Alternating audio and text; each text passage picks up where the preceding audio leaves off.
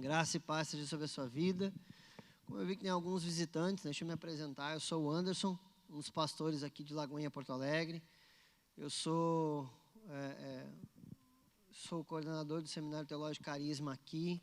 Então, você vem no culto, não sabe o que é Carisma Open, né? Tem um tanto de gente que me pergunta, às vezes eu envio os cardzinhos dos cultos, né? Assim, o que é Carisma Open, pastor? O que é GC que está lá?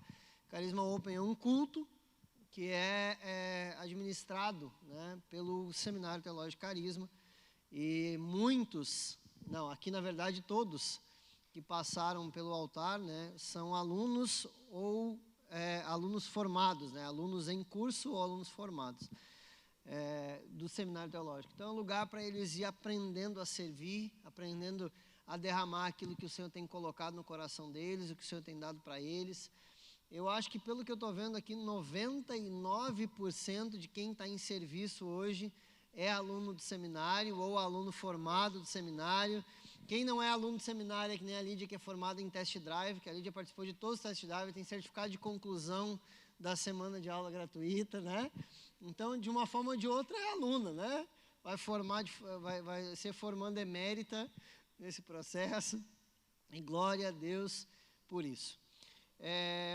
Sempre antes de ministrar a palavra, nós fazemos uma declaração de fé em todos os nossos cultos, declarando que a palavra de Deus é para mim, e hoje eu quero pregar a palavra e sobre a palavra.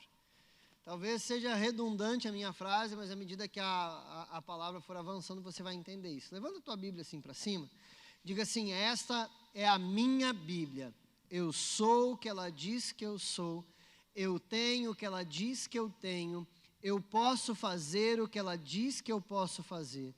Hoje eu serei tocado pela palavra de Deus. Eu audaciosamente confesso, a minha mente está alerta, que o meu coração está receptivo e eu estou pronto para receber a incorruptível, a indestrutível, sempre viva semente da palavra de Deus. E eu nunca mais serei o mesmo. Nunca, nunca, nunca, no nome de Jesus. Amém. Senhor, a tua palavra será lida, estabelecida e pregada. E o Senhor diz, através dela, que ela vai dar o fruto para o qual ela foi designada. E assim, Senhor, nós cremos nesse tempo, em nome de Jesus, que o Senhor alcançará e encontrará corações disponíveis para ser transformados nessa noite, em nome de Jesus. Eu peço que o Senhor me dê graça para poder ministrar aquilo que o Senhor tem colocado no meu coração, para mudar, Senhor, a vida das pessoas que estão aqui. Senhor, eu me coloco nessa posição de responsabilidade ao pregar a tua palavra e te peço graça e sabedoria para ser usado por ti, em nome de Jesus. Amém.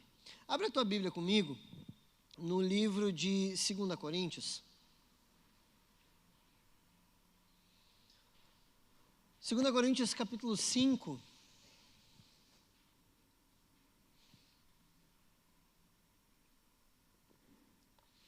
Livro ou carta, a segunda carta, ou se você entrar no Seminário Teológico Carisma, quando você fizer panorama do Novo Testamento, você vai ver que essa segunda carta pode ser a terceira carta aos Coríntios, porque uma carta onde nós vemos no contexto das Escrituras provavelmente foi perdida ao ser enviada.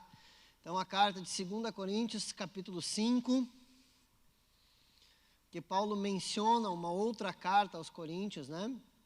2 Coríntios capítulo 5, verso 10, que diz assim: porque todos devemos comparecer diante do tribunal de Cristo, para que cada um possa receber as coisas feitas no seu corpo, segundo o que tiver feito, se é bom ou ruim.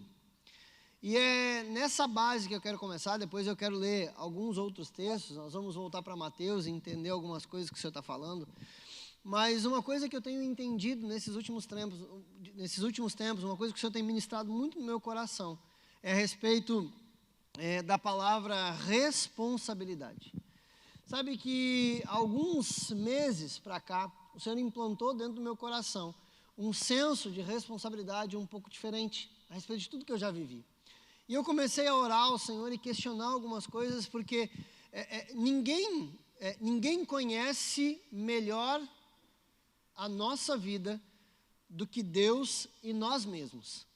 E quando nós submetemos o nosso coração a uma análise sincera, aquilo que a Bíblia diz sobre o sondar do Espírito, que o Espírito Santo sonda os nossos corações, quando nós submetemos um tempo de análise profunda no nosso coração, a gente sabe e realmente a gente consegue ver no que nós estamos errando. Se nós formos sinceros conosco mesmo, diante da palavra de Deus, com o Espírito Santo, nós conseguimos submeter o nosso coração a uma análise. Para mim, é uma das coisas mais difíceis que existe, é o texto que a gente sempre lê na Santa Ceia, no livro de Coríntios, dizendo: analise-se, pois, o homem a si mesmo. Para mim é um dos textos mais difíceis biblicamente, porque é difícil eu olhar para mim mesmo, é difícil eu falar a meu respeito, é difícil eu me analisar. Isso não é uma tarefa simples. E eu comecei a olhar para a minha vida quando o Senhor começou a implantar esse senso de responsabilidade no meu coração. Senhor, o Senhor sabe que eu nunca levei a tua obra de qualquer jeito. Eu nunca fui irresponsável ou leviano com absolutamente nada que Deus colocou na minha mão. Mas o Senhor estava exigindo de mim alguns níveis de responsabilidade diferentes que eu ainda não havia experimentado. E eu comecei, nesse processo, o Senhor começou a fazer algumas coisas internamente e externamente, me levando a estes novos níveis, me trazendo alguns entendimentos que eu não tinha antes. E eu queria ministrar, eu queria compartilhar um pouco com vocês essa palavra que há algum tempo está maturando. E essa palavra responsabilidade, vai abrir, nessa terça-feira, ela vai abrir uma série de outras palavras que nós vamos ministrar. E eu quero ministrar uma série de mensagens sobre vida abundante. Sobre vida abundante. Porque esse senso de responsabilidade nos traz algumas consciências para que nós cheguemos a determinados níveis que nós não estamos acostumados a viver. E a responsabilidade é a primeira dessas chaves que abrem esse processo de vida abundante. E nas próximas sextas-feiras, enquanto nós estivermos falando sobre isso, você vai começar a ver, entender e desfrutar de coisas que você ainda não desfrutou. E eu libero isso como uma palavra, de fato, uma palavra profética, uma palavra de entendimento de coisas que eu tenho vivido na minha vida nesses últimos tempos. Chaves para vidas abundante, para vida abundante. É uma série de mensagens que nós vamos ministrar baseada num dos livros do nosso querido pastor Márcio e do pastor Richard Guerra, que é 50 chaves para uma vida abundante. E eu quero ministrar com vocês palavras a respeito desse processo de vida abundante. Mas antes de chegar nessa vida abundante, eu preciso entender sobre essa responsabilidade de viver isso. E o primeiro texto que eu peguei, que nós lemos aqui, o livro de a segunda carta aos Coríntios, em um outro contexto, se você começar lendo o primeiro versículo, ele fala sobre casa terrestre, sobre casa terrena, sobre morada no céu, e ele vem discorrendo a respeito de uma série de outras questões, falando de estarmos revestidos, de sermos achados revestidos em Cristo. E ele chega nesse versículo 10, falando então de que haverá uma prestação de contas de tudo que eu fizer. E aqui eu preciso que você entenda essa prestação de contas como algo relacionado à vida do crente, à vida do cristão. Aqui nós não estamos falando de um julgamento de que eu vou ser salvo ou não vou ser salvo ou qualquer coisa assim. Quando nós olhamos para o livro de Apocalipse, nós vemos outro contexto de julgamento, que é onde Deus está julgando as nações, é o grande julgamento do trono branco. Quando você lê Apocalipse, você passa por esse contexto, e lá é um outro tipo de julgamento, é outra coisa, e eu não vou entrar nisso. Para quem está matriculado no Carisma, nesse semestre vocês vão ter aula de escatologia com o professor Aldo, e eu tenho certeza absoluta que ele vai passar por esse contexto do grande julgamento do trono branco. Quem não está matriculado no Carisma, que eu posso dizer para você, sinto muito, né? Daqui a 2 anos tem aula de escatologia de novo, você entra semestre que vem, espera o ciclo completar e chega lá. Mas esse julgamento aqui é um julgamento onde todo cristão vai passar. Não interessa se ele é cristão há mais tempo, há menos tempo, se ele está há muito tempo na fé ou se ele batizou ontem. Um determinado dia, Cristo irá voltar, seja para nós ou para mim. Um em um determinado tempo, o Senhor vai recolher a sua igreja ou vai recolher a nós de forma pessoal. Porque a única coisa certa da vida é a morte. Então, um dia Cristo vai me recolher ou vai nos recolher no coletivo. Eu acredito na promessa da volta de Cristo. E pode ser que nós provemos dessa volta de Cristo, do arrebatamento, da igreja ser levada para o céu, e meu Deus, aleluia. Mas pode ser que nós não provemos disso e Cristo nos recolha em um determinado tempo anterior a isso e nós provemos dessa morte. E esse julgamento, esse tribunal, diz assim: porque todos devemos comparecer ante o tribunal de Cristo. Isso é um direcionamento para uma igreja, dizendo assim: olha, absolutamente tudo que vocês fazem, em um determinado dia, será posto diante de um tribunal. Será posto diante de uma avaliação e de um julgamento. E algum tempo atrás eu ouvi uma pessoa falando, estávamos falando sobre essa questão de julgamento. E a primeira parte que eu quero separar da mensagem, para você entender o que a Bíblia fala sobre julgamento. Teve uma pessoa que um determinado tempo atrás falou para mim, nós estávamos nessa conversa de julgamento, e ela disse assim: só Deus pode me julgar. E eu disse: e isso não te assusta? Deus sendo fiel e contendo toda a verdade, sabendo de tudo que está no nosso coração, quando a pessoa diz só Deus pode me julgar, isso para mim é um momento de tensão, porque Deus conhece aquilo que está no mais íntimo do meu coração, que eu posso disfarçar para você. É muito mais assustador estar diante do tribunal de Cristo do que diante do tribunal dos homens. Diante do tribunal dos homens eu posso ter álibi. Diante de Cristo não existem álibis disponíveis, porque quem me julga diante do tribunal de Cristo é a palavra de Deus. Quando nós olhamos para Hebreus capítulo 4, verso 12, a Bíblia diz assim, que a palavra é mais afiada do que qualquer espada de 2 gumes, a ponto de dividir juntas e medulas, alma e espírito, discernindo os pensamentos e uma série de outras coisas que falam naquele contexto ali. Então, a palavra de Deus, ela se transforma em um instrumento de julgamento para mim e para você. Quando eu olho para o livro de Tiago, Tiago vai instruir a igreja, quando ele fala, ele diz assim, não gostaria que todos vocês fossem mestres. Ele diz assim, peraí, não faz sentido. Existe um clamor do coração de Deus, da igreja e de tantos outros contextos bíblicos me incentivando a me aprofundar na palavra de Deus. A de fato ter conteúdo e entendimento da palavra a um nível de mestre. E Tiago já vai trazer uma nova informação que faz parte desse processo de julgamento. Tiago vai dizer assim, não gostaria que todos fossem mestres, porque os mestres serão julgados com muito maior rigor. Então, quando eu olho para essa questão de tribunal, de julgamento, e trago esses contextos a respeito da palavra de Deus, e o ensinamento que Tiago dá, que para mim é um dos versículos chaves a respeito do conhecimento bíblico, e seguido eu cito eles, principalmente para pastores, líderes e professores, eu começo a entender que existe um julgamento estabelecido para todo cristão. Para quem gostaria de entender um pouco mais a respeito dessa questão de julgamento dentro do período da graça, porque a gente vive num tempo em que a graça foi modificada para a graça parecer como impiedade ou injustiça. Parece que nós nunca seremos julgados por nada e Deus se transformou em alguém que é só paz e amor. E isso não é verdade. Então eu gostaria muito de indicar para você, colocar na sua biblioteca, colocar na sua lista de leitura, o livro do Luciano Subirá, A Graça Transformadora. E dentro desse contexto de graça, ele trabalha a questão de julgamento. É aquilo que o próprio pastor Luciano Subirá tem falado, que tem sido a obra da vida dele.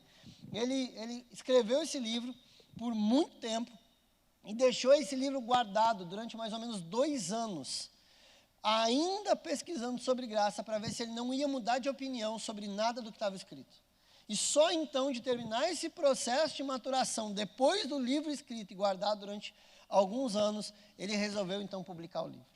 E ele fala muito bem, inclusive num contexto de julgamento dentro do processo da graça. E isso é extremamente importante você entender. Porque a gente parece que entra no Novo Testamento e retira toda e qualquer justiça que Deus pode fazer. E você olha, por exemplo, eu vou lhe dar um dos muitos exemplos que existe sobre o julgamento de Deus dentro do contexto de graça. Quando você olha para o livro de Atos, você vai ver 3 personagens diante dos apóstolos, Barnabé, Áquila e Priscila. Barnabé chega, deposita, ele vem de um campo, entendendo a necessidade dos cristãos, da igreja, ele vem de um campo e deposita absolutamente tudo, todo o preço do campo diante dos pés dos apóstolos. Não é Áquila e Priscila, eu misturei os caras aqui. Me ajuda aí? Ananias e Safira. Matei Áquila e Priscila aqui. Obrigado. Ananias e Safira, logo depois de Barnabé, vendem o campo e os apóstolos dizem que eles estão mentindo ao Espírito Santo. Eles depositam parte do valor em que eles venderam aos pés dos apóstolos, dizendo que estavam depositando tudo. E a resposta da igreja para ele é: por que vocês mentem ao Espírito Santo? E por que eles colocam o Espírito Santo na jogada? Porque os apóstolos não estavam pedindo dinheiro. Era um movimento involuntário da igreja, era um movimento do próprio Espírito ministrando sobre a vida daqueles irmãos, para que eles dessem um nível de contribuição maior. E esse casal, ao mentir para o Espírito, cai morto diante dos apóstolos. E nós estamos falando de um evento pós-cruz.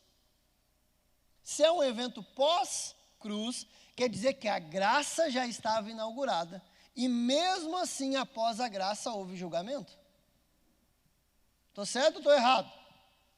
Se a graça é inaugurada através da cruz de Cristo, quer dizer que nós estamos enxergando um contexto de julgamento pelo próprio Deus dentro desse contexto de graça.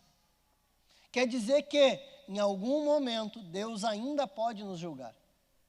O detalhe de todo esse processo de julgamento se dá pelo processo de longanimidade. Você sabe o que é longanimidade? A gente vê essa palavra associada ao caráter de Deus.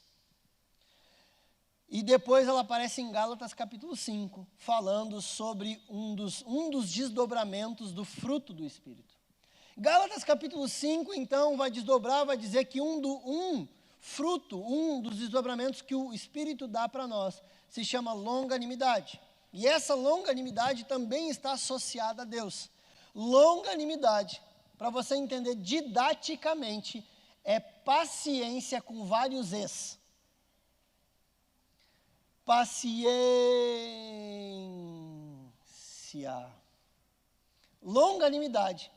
Pense em paciência com um monte de e. É assim. Então, um dos atributos de Deus, que Deus compartilha conosco, se chama longanimidade, ou paciência. Nesse processo, nós acabamos confundindo longanimidade com injustiça. Nós falamos, dentro de um contexto de julgamento, principalmente no sistema judiciário brasileiro, no que tange a crimes, nós sempre, ou boa parte das vezes, associamos justiça à impunidade. E esse processo de justiça à impunidade, nós acabamos atribuindo a Deus. Só que Deus não é injusto e Ele não deixa nada impune, mas Ele tem longanimidade. A longanimidade de Deus serve para que eu possa ter tempo de me arrepender desse processo e mudar de vida. O fato é em que algum momento haverá justiça. Enquanto isso não há, é Deus sendo longânimo comigo. E quando eu começo a entender esse processo de julgamento, de paciência, de impunidade, de injustiça, começa a ser implantado dentro de mim um senso de... Me ajuda aí, irmão, vamos lá, vem comigo aqui. Um senso de... Porque eu sei que em algum momento Deus irá cobrar de mim.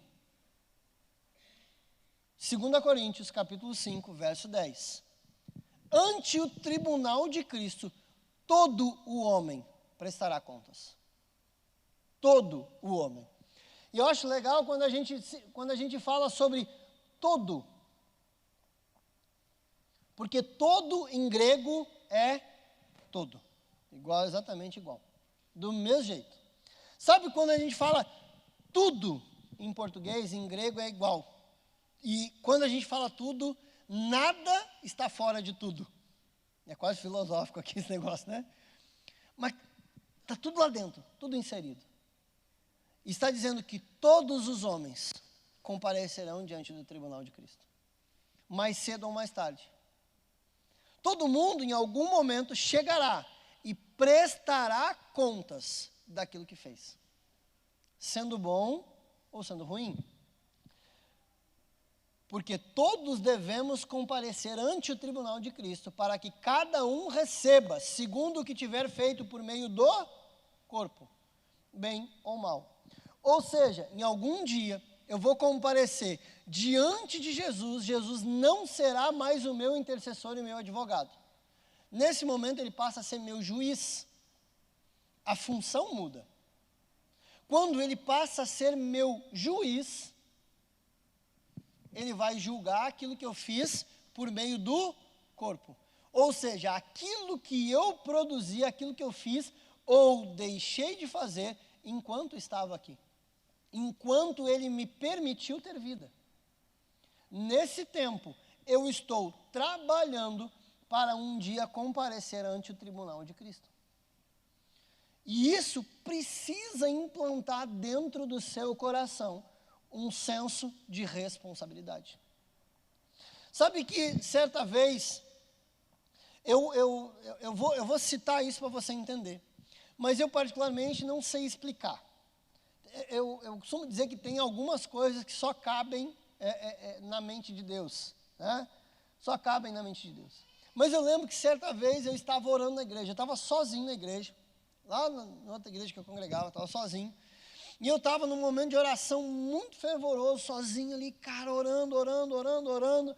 E no meio daquela atitude, no meio daquela oração, eu tive uma atitude que eu sozinho, eu não estava com ninguém, não tinha ninguém comigo, a não ser o Espírito Santo. E eu, naquele momento de oração fervorosa, eu tive uma atitude.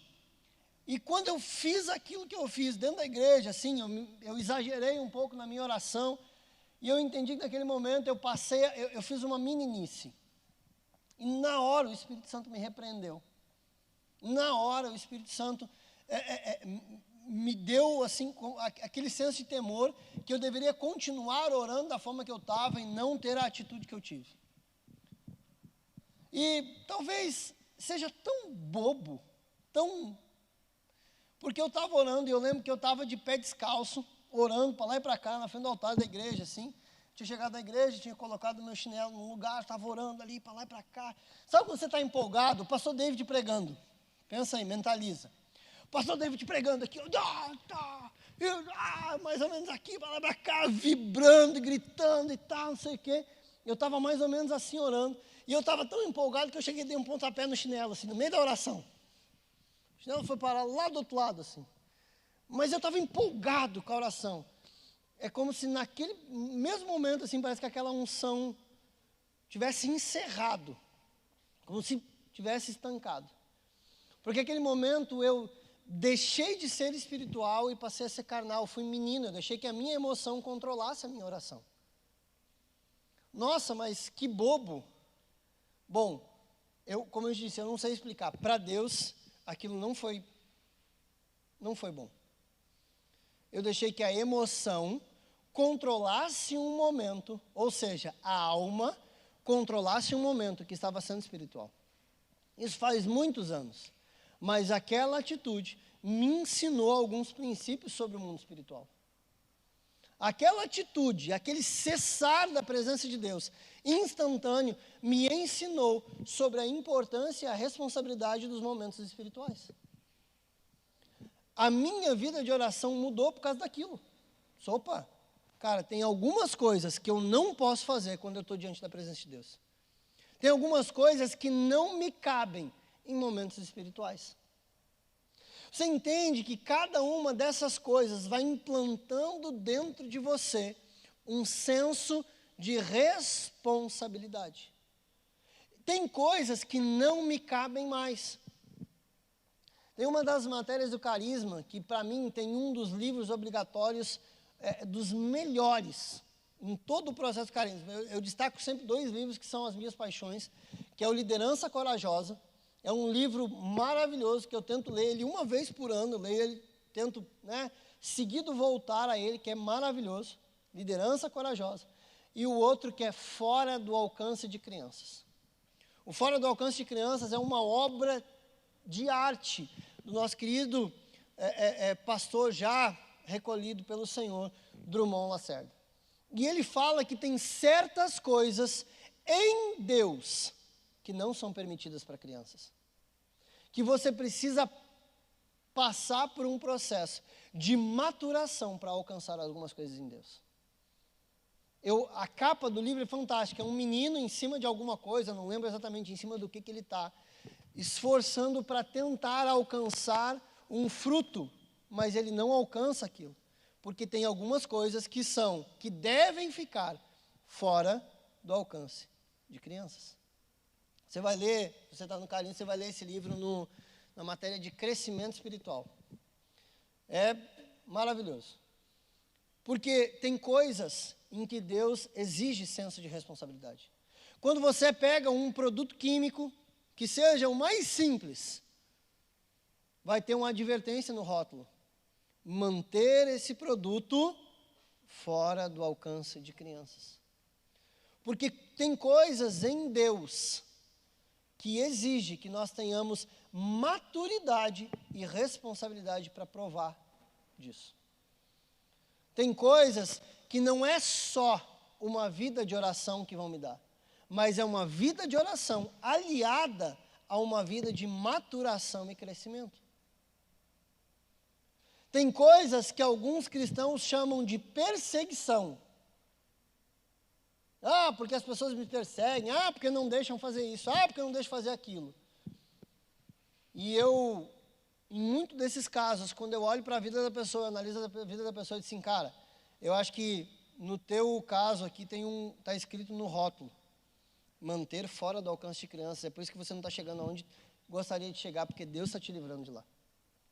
Porque você não sabe lidar com algumas coisas que Deus tem para te dar. Eu, como adulto, vou pegar um vidro desse produto químico e vou saber o que fazer com ele. Ou, pelo menos, o que não fazer. Pelo menos eu vou saber o que eu não devo fazer com aquele produto. Se eu vou pegar como é que é o negócio do shampoo? É um vidro, um frasco de shampoo. E vai estar escrito fora do alcance de criança. Se eu pegar o shampoo, eu sei para que ele serve. Eu não vou colocar na boca, eu não vou beber o líquido que está ali dentro. Diferente de uma criança, que talvez possa usar para o fim que ele não foi destinado. Por quê? Porque eu, como adulto, já existe dentro de mim um senso de responsabilidade, que dentro de uma criança não tem. Eu sei o que fazer. Quando você, eu quero ir com você para o livro de Mateus. Abre aí o livro de Mateus comigo. Você conhece a parábola do semeador? Sim ou não? Sim ou não? Acorda aí. Você conhece a parábola do semeador? Sim ou não? Você sabe a explicação da parábola do semeador? É muito fácil, porque está escrito alguns versículos depois, é só continuar lendo. Tá fácil. A parábola do semeador vem do capítulo 13, do verso 1 até o verso 8, e depois do verso 18 em diante tem a explicação da parábola do semeador, tá fácil. Só que tem um detalhe em que a gente dificilmente fala ou prega, que é o interlúdio entre a parábola e a explicação. Interlúdio é aquele período de ligação entre uma coisa e outra. Jesus libera a parábola do semeador, faz um interlúdio, uma explicação sobre algumas questões e depois explica a parábola. Capítulo 13, verso 9, abre aí. Mateus capítulo 13, verso 9.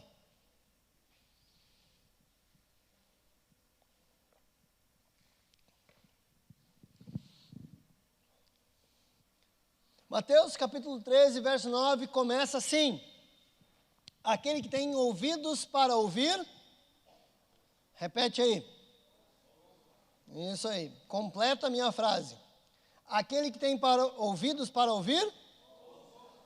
Cara, que estranho, né? Já parou para pensar nessa frase? Como assim, aquele que tem ouvidos para ouvir? 99,9% da população mundial tem ouvidos.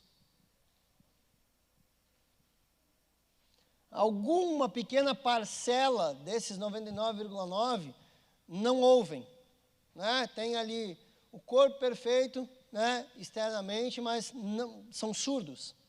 Mas ele continua dizendo. Versículo 10. E vieram os discípulos e lhe perguntaram: por que tu falas por parábolas?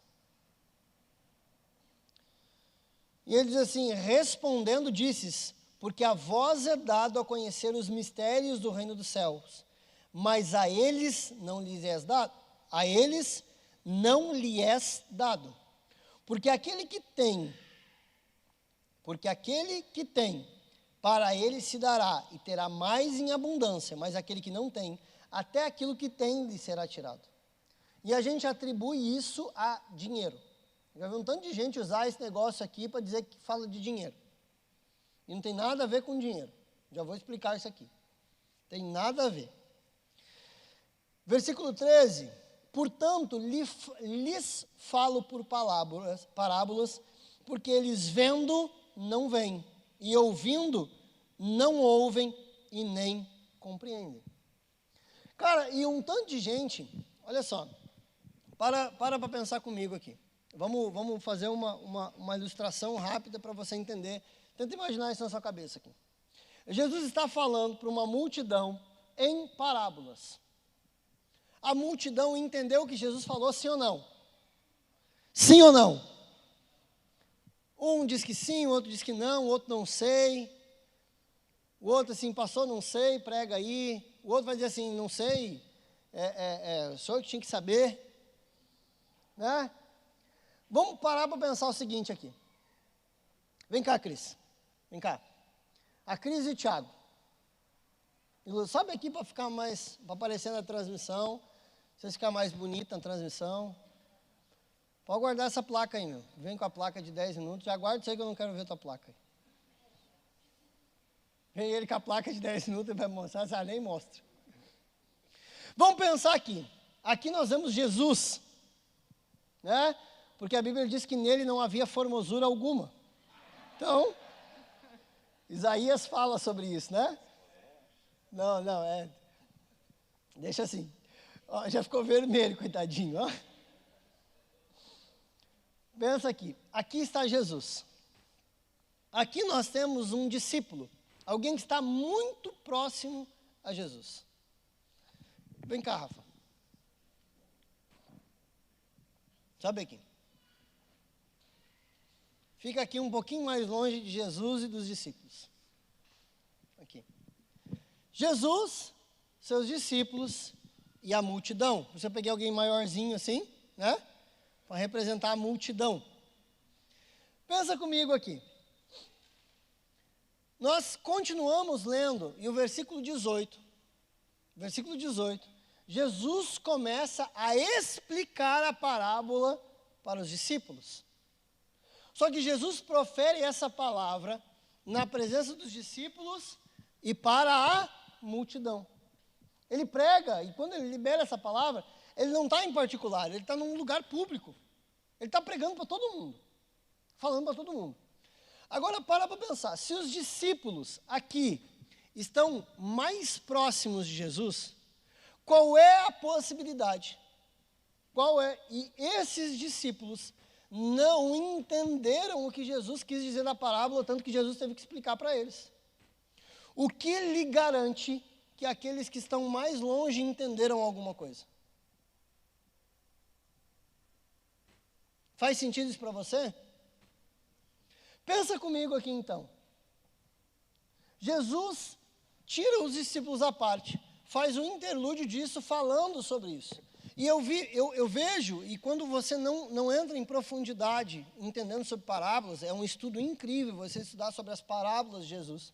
Em muitas dessas parábolas, Jesus fala com a intenção de que eles não entendam. Nossa, parece que não faz sentido. Porque essas pessoas aqui estão mais longe de um convívio com Jesus, e Jesus libera então a explicação para aqueles que estão mais próximos dele. Sabe por quê? Porque cara, grava isso aqui é a chave para tudo que a gente vai falar daqui para frente nas próximas sexta-feiras. Se você não gravar isso aqui, você precisa entender. Faz um Reels disso aqui, faz um sei lá o que disso aqui. Mas, cara, você precisa entender isso aqui, ó. Jesus, quando libera a palavra, absolutamente tudo que ele fala, se há compreensão sobre a palavra liberada, essa compreensão eleva o seu nível de responsabilidade. E ele se dá a entender e a conhecer para aqueles que estão próximos e íntimos dele. Porque no momento que ele libera a palavra, eles entendem, eles passam a carregar aquela palavra com um nível de responsabilidade que esses aqui não têm. Sabe por quê? Porque toda a palavra liberada de Jesus, que gera compreensão em você, lhe torna responsável, tanto para praticar, quanto para divulgar. E tem algumas dessas pessoas que ainda não estão prontas para alcançar certos níveis de verdade. Quando ele libera as palavras, as parábolas, a intenção dele é que alguns não entendam. Porque esse que não entendeu, não tem a responsabilidade de cumprir e carregar, como esse que está próximo dele, entendendo todo o processo. Cada vez que você entra na palavra de Deus, estuda, essa responsabilidade de carregar a palavra de Deus, de divulgar e de cumprir, se torna cada vez maior. Volta lá em Tiago. Tiago vai falar aqui, não gostaria que todos fossem? Não gostaria que todos fossem? Não gostaria que todos fossem? Por quê? Porque o mestre é aquele que domina um determinado assunto. Mestre é aquele que tem conhecimento a respeito de algo. E a responsabilidade do mestre é multiplicar conhecimento, não é saber para ele. Hoje, uma das faces, uma das facetas de um professor é ser facilitador de aprendizado. O professor precisa fornecer um aprendizado, ou hoje se usa muito o conceito de construir o aprendizado, de uma forma em que as pessoas alcancem esse entendimento. Então, o mestre, quando domina e sabe o assunto, ele tem a responsabilidade não só de cumprir, mas como tem a responsabilidade, olha, levantou a plaquinha para mim, está usado. Ó. Ele não tem só a responsabilidade de saber, como de multiplicar e cumprir. Pensa comigo. Quem que você acha que é julgado com muito maior rigor? Na sua cabeça, não sei nem se isso está de fato na prática. Não sei se na prática é assim. Mas se você está diante de um tribunal, de um júri, de uma acusação, e você está passando pelo tribunal, e quem está no tribunal é o Zé. Conhece o Zé? O Zé é o Zé. O Zé que está na recepção no diaconato. Não, mas o que eu quero dizer com Zé? Não quero ofender um Zé. Eu quero dizer assim, um nome aleatório para alguém que não tem conhecimento de causa. Pode ser o Anderson, o João. Olha o julgamento do antes do João, se eles não têm conhecimento de lei. E você para pensar no julgamento de um juiz. Se um juiz está diante de um tribunal, de um júri, com todo o conhecimento que ele tem, e ele viola a lei. Quem que você acha que é visto e julgado com muito maior rigor? Aquele que de fato conhece com profundidade a lei, ou aquele que não sabia nada a respeito? Você consegue entender esse conceito? Você consegue entender isso? Que esse cara que anda próximo, ouvindo, entendendo, inclusive a explicação, carrega uma responsabilidade muito maior que a multidão. E por isso que Jesus separa, aparta os seus discípulos e lhe fornece explicações que ele não dá à multidão.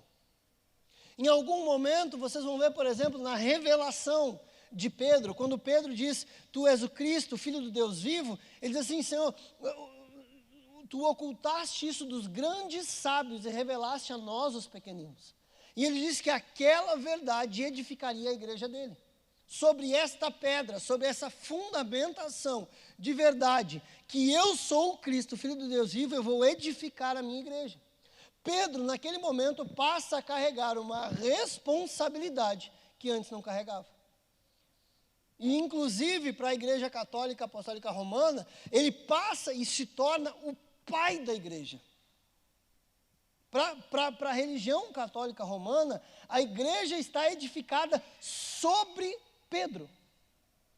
Tal é o nível de responsabilidade que ele carrega diante da revelação que ele tem. Faz sentido isso para você? Você está entendendo onde é que eu quero chegar? Sim ou não? Se não tiver também, né? Fazer o quê? Talvez você esteja na multidão ainda.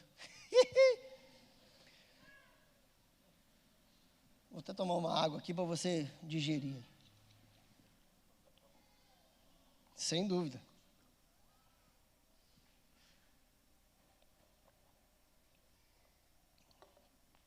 Quando você começa a entender, é isso que Jesus está falando aqui no meio desse processo. Muito obrigado, multidão. Muito obrigado, discípulo. Muito obrigado, Jesus. Jesus está até de crachazinho do staff, né? Hoje estamos... Jesus está servindo a comunicação, rapaz. Louco, meu. Tirando foto de vocês, ó, as fotos do culto de hoje é abençoada.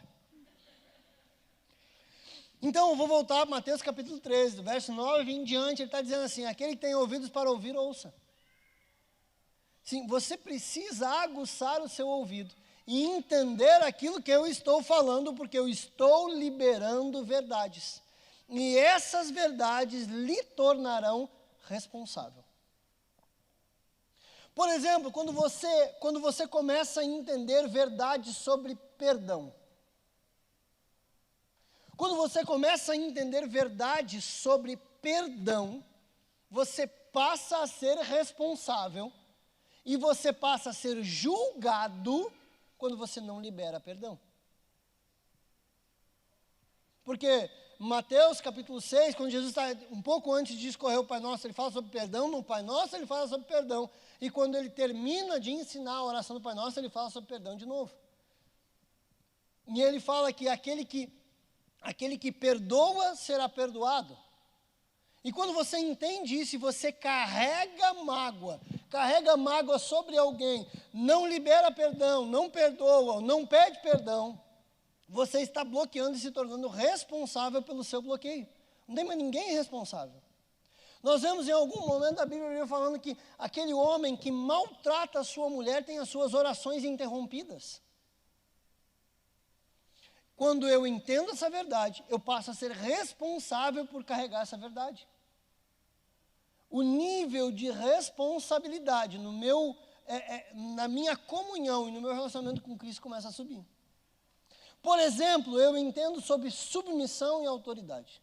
Quem que já está no carisma já passou por essa matéria aí? Levanta a mão e dá um grito aí. Essa galera que já passou por submissão e autoridade sabe e entende de forma muito clara que aquele que é rebelde é como um feiticeiro. Porque é a Bíblia que diz isso, e é muito simples. Eles carregam uma responsabilidade diferente de você, que ainda não passou por esse conhecimento, que não passou por esse entendimento.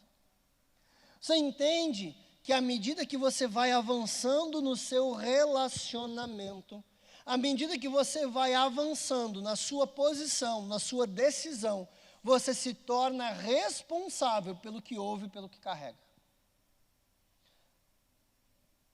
Para pensar comigo aqui. Se alguém lhe confessa um crime, o que você precisa fazer com isso? Você se torna responsável pela informação que tem. Se você está junto com alguém que está praticando um crime, você é corresponsável por aquele crime que ele está praticando. Entende que à medida que existe um estreitamento de relacionamento, um entendimento sobre o que a pessoa está falando, a minha responsabilidade aumenta?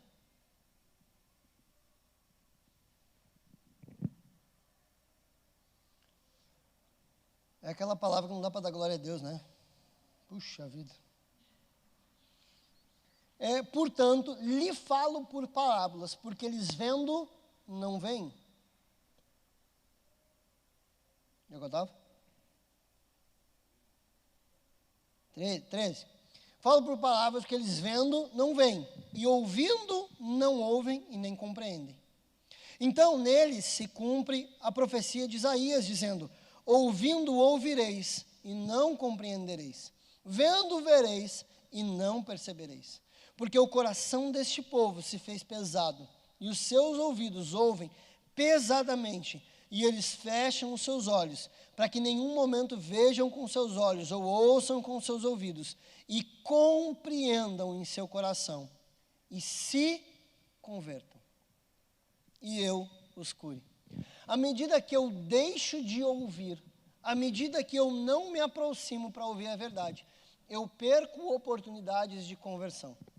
Porque, infelizmente, a teologia moderna do século 19, 20, trata conversão como um evento único. E conversão não é um evento único. Ela tem um ponto de início, mas conversão é contínua. A todo momento, todo dia, existe uma necessidade minha de conversão. Existe uma necessidade urgente, todo o santo dia, para que o meu coração se converta. Não é um evento. Tem um evento que começa. Tem um evento que inicia. Tem um evento que starta esse processo. Mas ele precisa continuar. À medida que eu ouço, à medida que eu compreendo. Olha, minha filha chegou. Mas abençoados, olha o que Jesus diz para aquele que ouve, para aquele que compreende, para aquele que enxerga. Mas abençoados são os vossos olhos, porque eles veem, e os vossos ouvidos, porque eles ouvem. Porque em verdade eu vos digo que muitos profetas, homens justos, desejaram ver essas coisas que vocês, discípulos, essa palavra é atemporal. Não é para aqueles discípulos daquele tempo, é para nós. Esses discípulos dizendo assim, Jesus dizendo assim: em verdade eu vos digo que muitos homens desejaram ver essas coisas que vocês estão vendo. Muitos desejaram ouvir essas coisas que vocês estão ouvindo. Escutai vós, portanto, a parábola do semeador. E ele começa a explicação. E agora nós temos acesso a tudo isso. Nós não podemos ser considerados mais como multidão, porque tudo que Jesus falou e explicou já está aqui. E eu carrego essa responsabilidade. Aquilo que antes estava escondido da multidão, agora está acessível para todos os discípulos. E você carrega essa responsabilidade. Quando eu entendo sobre responsabilidade, quando eu entendo sobre esses níveis de responsabilidade, eu não posso ser o mesmo depois de qualquer que seja a palavra pregada. O cara vai vir aqui pregar sobre aquilo que pode ser o mais simples para você. Precisa analisar aquela palavra e converter seu coração. Precisa.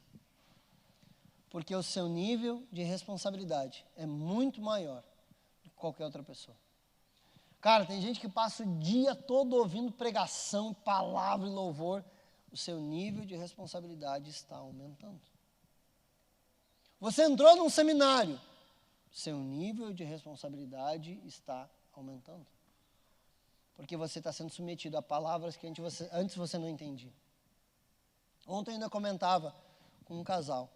Assim, quando eu vou instruir alguém, repreender alguém, ou conversar com alguém a respeito de alguma coisa que ela fez errado, a primeira coisa que eu olho é o nível em que ela está. Se eu for aconselhar qualquer pessoa que vier na igreja, que você que está visitando aqui pela primeira vez, não conheço você, não sei qual é o nível que você está. Agora, se eu for conversar com um aluno do seminário, cara, vai ser diferente. A minha conversa com ele vai ser diferente. Porque ele está submetido a um nível de verdade que muitos outros não estão. Se eu for conversar com um líder ou com um pastor, eu preciso ser diferente com ele. Porque ele carrega um nível de responsabilidade que outras pessoas não carregam. Só que todos esses carregam responsabilidade diante dos homens por carregarem a palavra cristã. Você é responsável por aquilo que ouve. Eu ainda não vai dar tempo, mas eu ainda gostaria de entrar sobre a sua responsabilidade em analisar a pregação. Eu quero só deixar aqui para você, né? Porque eu ouço um tanto de gente dizendo assim, nossa, pastor, antes eu ouvia as pregação e achava que estava tudo certo e não sei o quê. O que mudou? A Bíblia diz em Atos que enquanto Paulo pregava, os irmãos bereanos analisavam na Escritura aquilo que Paulo estava pregando para ver se estava de acordo com a Escritura. Existe uma responsabilidade em tudo que você ouve, sendo certo ou sendo errado. Se você ouve aquilo que é certo, você precisa ter a responsabilidade de implantar no seu coração e praticar. Se você ouve o que é errado, você tem uma responsabilidade de conferir e refutar aquele ensinamento. Você tem a responsabilidade, talvez você não tenha acesso a quem está pregando, você não possa dizer ou comentar com a pessoa, instruir a pessoa sobre o que ela está errado. Mas você tem uma responsabilidade de rejeitar aquele ensinamento errado, aquele falso ensinamento que foi dado para você. E a responsabilidade não é só de quem fala, é de quem ouve. Então, você ouviu por muito tempo coisas erradas, e você guardou no seu coração, e viveu como se fosse verdade. A responsabilidade é sua naquilo que ouve. É sua. Você precisa entender que você carrega uma responsabilidade. E se nós queremos viver uma vida de fato abundante, como nós estamos dispostos a pregar, nas próximas terças-feiras nós precisamos primeiro começar com o senso de responsabilidade. Daquilo que eu ouço, daquilo que eu carrego. Porque chaves maravilhosas e preciosas vão ser liberadas aqui para você terça após terça. Mas você precisa ser responsável por carregar essas chaves. Cada uma delas. Cada uma delas.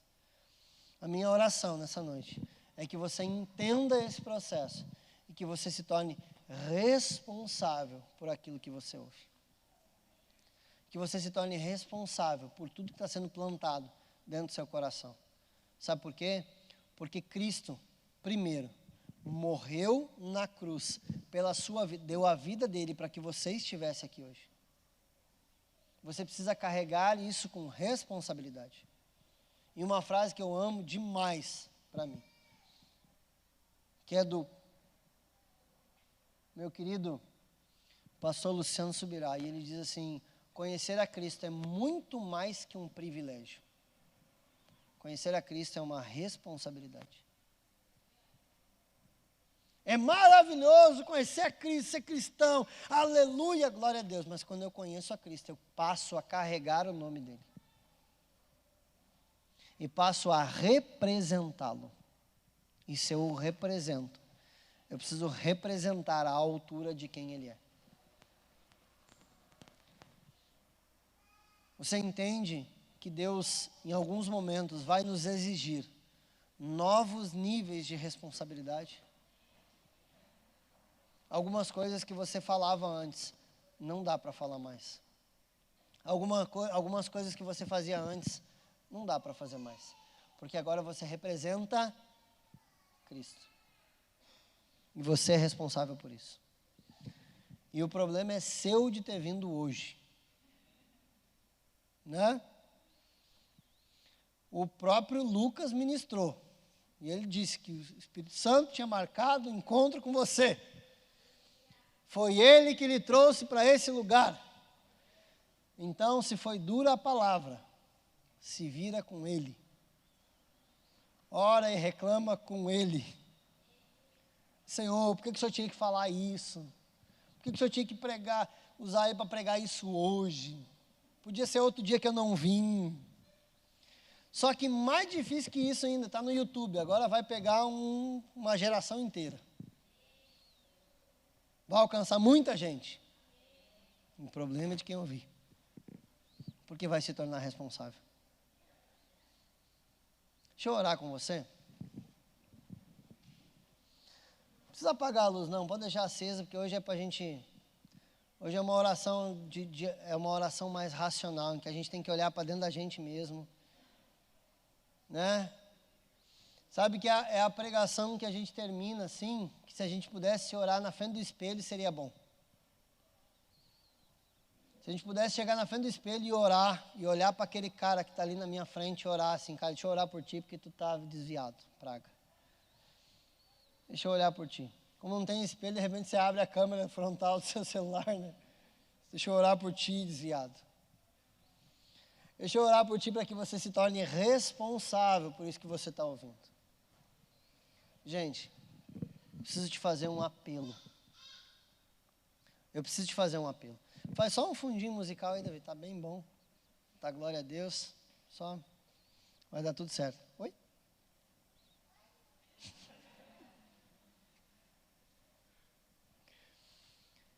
Começa a orar aí, pedindo para o Senhor te traga. E a minha oração nessa noite é que o Senhor implante dentro de você esse senso de responsabilidade com aquilo que Ele lhe entregou. Um senso de responsabilidade diante daquilo que Ele tem lhe falado e da palavra que você tem ouvido.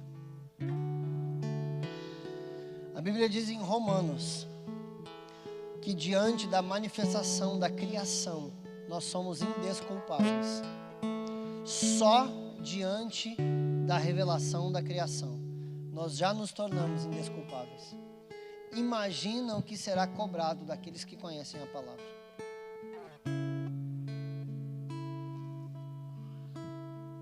Imagina o que será cobrado de quem entende a respeito de Bíblia. Se só a criação já me torna indesculpável. Senhor, eu quero te pedir nessa noite que dentro de nós seja implantado um senso de responsabilidade, da qual antes nós ainda não vivemos. Senhor, eu quero que o Senhor, pedir que o Senhor possa dividir, Senhor, aquilo que está no meu coração com cada um dos meus irmãos aqui nessa noite. Nós precisamos carregar um senso de responsabilização em produção e efetividade. Eu preciso de fato, Senhor, ser efetivo, eficaz e produtivo em tudo que eu coloco a mão, Senhor. Porque existe uma responsabilidade minha para com os outros e para contigo, Jesus. Eu tenho responsabilidades, Deus, de representar quem o Senhor é. Mesmo quando as pessoas que estão próximas a mim não te representam. Mesmo que as pessoas com quem eu lido diariamente não te representam, eu ainda assim continuo carregando a responsabilidade de lhe representar, Senhor. E eu preciso muito que o Senhor implante no nosso coração isso, Jesus. Para que nós possamos sair daqui, Senhor, com um entendimento diferente. Que nós possamos sair daqui, Senhor, com um nível de maturação diferente, Jesus.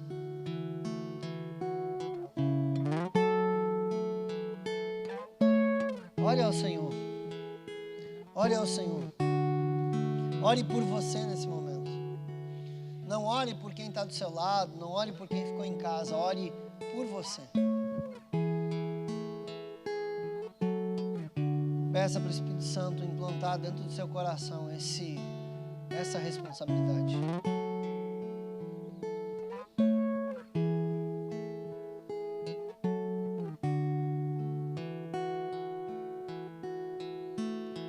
Ainda com seus olhos fechados, ainda quero liberar uma última palavra sobre a sua vida. Um breve entendimento de fato sobre aquilo que é graça. A graça de Deus nos capacita para viver essa responsabilidade. Não existiria força suficiente no seu coração, na sua vontade, no seu ímpeto, em viver de forma agradável ao Senhor. É a graça de Deus que vai lhe transformando e lhe capacitando para isso. Talvez você esteja um pouco assustado, um pouco apavorado com uma palavra dessa, com a responsabilidade que você carrega. Mas eu quero ministrar nessa noite graça sobre você. Eu quero ministrar sobre o seu entendimento de que a graça de Deus lhe capacita. A graça de Deus lhe capacita para viver esses níveis de responsabilidade. E eu quero te pedir para você orar por isso, dizendo: Senhor, me dá graça para viver isso. Me dá graça, Senhor, e me capacita para viver esses níveis que o Senhor está me pedindo. Senhor, permita que a graça me envolva de tal forma que eu consiga viver esses novos níveis, Senhor. Enche, Deus, a nossa vida e o nosso coração de graça, graça, graça. Graça sobre graça. A graça capacitadora e transformadora que nos permite chegar em níveis que nós ainda não chegamos. Essa graça que nos permite chegar em lugares e alcançar níveis que nós ainda não compreendemos.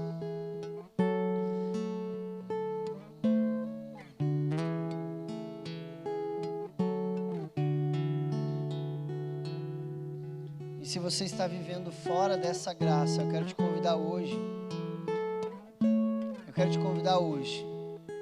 A começar uma nova vida em Cristo. Talvez você esteja longe dos caminhos do Senhor, longe da graça dele, longe da casa, longe do convívio com os irmãos, longe da comunhão. E você tem a oportunidade hoje de voltar a viver essa responsabilidade. Ou talvez você ainda não conheça a graça de Jesus. Você precisa entregar a sua vida para Ele. E se você está em uma dessas condições, se você precisa voltar para a casa de Deus, para o convívio com os irmãos, você precisa voltar para Cristo, ou você precisa entregar a sua vida para Ele, para viver isso, eu queria que você levantasse uma de suas mãos, porque um dos nossos consolidadores vai até aí orar por você. Ele vai perguntar em que momento você está e Ele vai orar pela sua vida. Ele vai abençoar a sua vida. Ele vai ministrar graça sobre você. Ele vai orar com você e você vai voltar para Cristo. Você vai voltar para essa graça. Se você está numa dessas condições, não hesite em levantar uma das suas mãos. Não hesite em levantar uma das suas mãos.